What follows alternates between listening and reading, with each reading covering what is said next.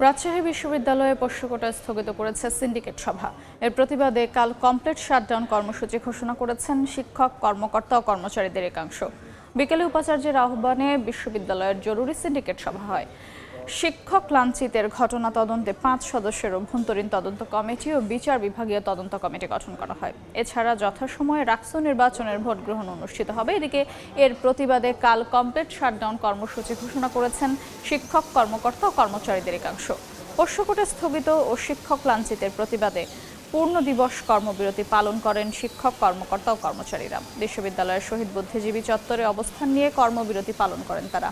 এর আগে শনিবার বিকেলে পোষ্যকোটা পুনর্বহালের প্রতিবাদে শিক্ষার্থীদের সঙ্গে শিক্ষক, কর্মকর্তা, কর্মচারীদের ধস্তাধস্তি হয়। মধ্যরাত পর্যন্ত চলে আন্দোলন।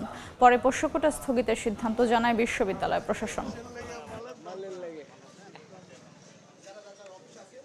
আমরা গতকালকে যে ঘোষণাটি দিয়েছি যে এটা স্থগিত করা হয়েছে, সেই বিষয়টি আমরা সিন্ডিকেটকে রিপোর্ট করেছি এবং সিন্ডিকেট আমাদের এই সিদ্ধান্তের প্রতি সমর্থন জ্ঞাপন করেছে। একজন উপাচার্য যেভাবে শারীরিকভাবে তিনি লাঞ্ছিত হয়েছেন, এটার জন্য সিন্ডিকেট নিন্দা জ্ঞাপন করেছে। এই ঘটনার সুষ্ঠু তদন্তের স্বার্থে সিন্ডিকেট সিদ্ধান্ত নিয়েছে আমরা আভ্যন্তরীণ যে তদন্ত কমিটি একটি হবে, একদম নিরপেক্ষ তদন্তের স্বার্থে বিচার বিভাগীয় একটি তদন্তের জন্য সিন্ডিকেট এটা সুপারিশ করছে। রাকসু নির্বাচন আমরা আশা করছি যথাসময়ে হবে। বিস্তারিত জানাতে ক্যাম্পাসে আছেন সহকর্মী মওদুদ রানা, সরাসরি যাচ্ছে তার কাছে।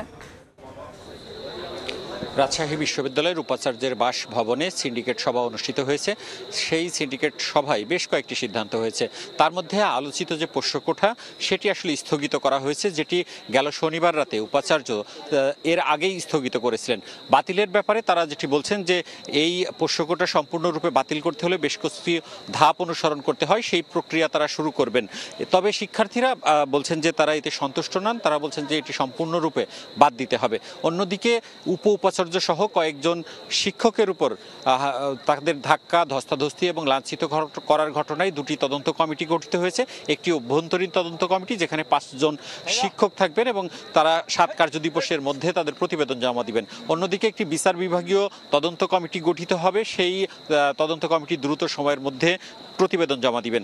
এবং এছাড়াও এই সিন্ডিকেটে একটি বিষয় আলোচনা হয়েছে যে এইখানকার স্থানীয় যারা বাসিন্দা রয়েছেন, অর্থাৎ বিশ্ববিদ্যালয়ের আশেপাশের এলাকার, তারা একটি অস্থিতিশীল পরিবেশ তৈরি করতে চায় এবং স্থানীয়রা যাতে কোনো ধরনের নাশকতা না করতে পারে সে কারণে একটি লিয়াজো কমিটি গঠিত হয়েছে। এবং সিন্ডিকেট সভায় সিদ্ধান্ত নেওয়া হয়েছে যে কোনো মূল্যে 25 সেপ্টেম্বর রাকসু নির্বাচন অনুষ্ঠিত হবে, সে লক্ষ্যে সবার সহযোগিতা কামনা করেছেন। এখন এই সিন্ডিকেট সভার সিদ্ধান্তগুলোর যে প্রতিক্রিয়া, তাতে যারা শিক্ষার্থী রয়েছেন তারা এটাকে প্রত্যাখ্যান করছেন। তারা বলছেন যে হতাশাজনক এবং শিক্ষার্থী সংগঠনগুলো বসে তারা সিদ্ধান্ত নেবেন। অন্যদিকে এখানে শিক্ষক, কর্মকর্তা এবং কর্মচারী যারা রয়েছেন তারা এখানে জড়ো হচ্ছেন। আমরা দেখছি যে এখানে শহীদ বুদ্ধিজীবী প্রাঙ্গণে শিক্ষক, কর্মকর্তা, কর্মচারীরা জড়ো হচ্ছেন এবং তারা আগামীকাল থেকে রাজশাহী বিশ্ববিদ্যালয়ে কমপ্লিট শাটডাউন কর্মসূচি ঘোষণা দিয়েছেন। এবং তারপরেও তারা শিক্ষক, কর্মকর্তা, কর্মচারীদের যে সংগঠনগুলো রয়েছে সেই সংগঠনগুলো কিছুক্ষণের মধ্যে বৈঠকে বসবেন এবং তারা বৈঠক করার পর তাদের যে প্রতিক্রিয়া সেটি আনুষ্ঠানিকভাবে জানাবেন। এবং আমরা রাকসু নির্বাচন কমিশনের সাথে কথা বলেছি। রাকসু নির্বাচন কমিশন বলেছেন যে তারা উপাচার্যের সাথে কথা বলেছেন, উপাচার্য তাদেরকে যে ঘোষিত সময় সেই সময় নির্বাচন করার পরামর্শ দিয়েছেন এবং তারা নির্বাচন করার যে প্রস্তুতি সেটি গ্রহণ করছে। এই ছিল রাজশাহী বিশ্ববিদ্যালয় থেকে আমার কাছে সর্বশেষ। সরাসরি যুক্ত ছিলাম রাজশাহী বিশ্ববিদ্যালয় ক্যাম্পাসে।